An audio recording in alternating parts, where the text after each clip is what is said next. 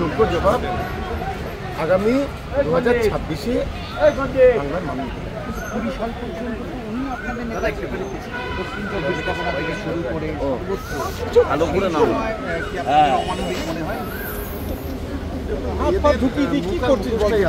সে সময় মাথায় টুপি দিয়ে ইফতার পার্টিতে যেতাম, এদের মুখার মানুষটা যে সম্পূর্ণ আলাদা সেটা এখন তো বাংলার মানুষের কাছে ক্লিয়ার হচ্ছে। নিজের টিআরপি বাড়ানোর জন্য এই ধরনের নোংরামি করছে। বাংলার সংস্কৃতিটা বলে না, বাংলার কালচারটা বলে না। বাংলার মানুষ হিন্দু মুসলমান যে ভ্রাতৃত্ব আছে সেই ভ্রাতৃত্বকে কখনো নষ্ট করা যাবে না।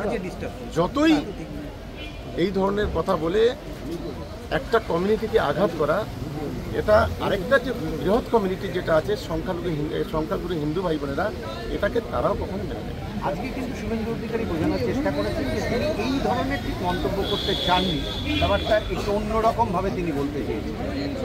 এটা তো কখনো পায়ে হাত দেয় আর কখনো ঘাড়ে হাত দেয়, এটা তো ঠিকঠাক বোঝা যায় না। এর মুখের মুখোশটা প্রথম বলেছে, এখনো বলছে সম্পূর্ণ আলাদা। এখন ঘুরিয়ে কথা বলতে পারে, কিন্তু বাংলার মানুষ দেখেছে ও সরাসরি মিডিয়াতে কী ধরনের মন্তব্য করেছে। এটা আগামী দিনে বাংলার মানুষ এর যোগ্য জবাব দেবে। কিন্তু শুভেন্দু অধিকারী বলছেন বাংলার মানুষ যোগ্য জবাব দেবেন। তিনি এর আগের বারও মুখ্যমন্ত্রীকে হারিয়েছেন, এবারও ভবানীপুর থেকে শুরু করে যেখানে দাঁড়াবেন মুখ্যমন্ত্রীকে তিনি হারাবেন।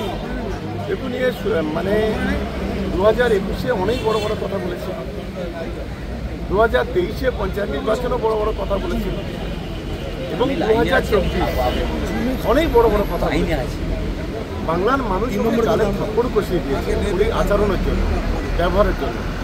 ফলে যতদিন বিজেপিতে থাকবে ততদিন তৃণমূল কংগ্রেস লাভবান হবে, এবং চতুর্থবারের জন্য মমতা বন্দ্যোপাধ্যায় আবারই বাংলার সব কথা শোনার পর কি শওকত মোল্লার নিজেরই জবাব দিতে ইচ্ছা করছেন শুভেন্দু অধিকারী? দেখুন, এটা স্বাভাবিক কারণে যে ধরনের কথা বলেছে, নোংরাম কথা বলেছে, এটা অত্যন্ত নিন্দনীয়। মানে আপনি নিজেই পারলে জবাব দিয়ে দেন না, আমরা ওই ধরনের কালচারে আমরা বিশ্বাসী নই। আমাদের মাননীয় মুখ্যমন্ত্রী, আমাদের দিদি এই কালচার আমাদের শেখায়নি।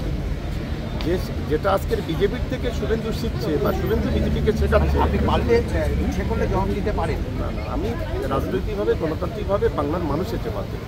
মানে শওকত মোল্লা ইচ্ছে করলে জবাব দিতে পারেন না? মানে আমরা কে? মানুষই আমাদের গণদেবতা, মানুষই শেষ কথা বলবে।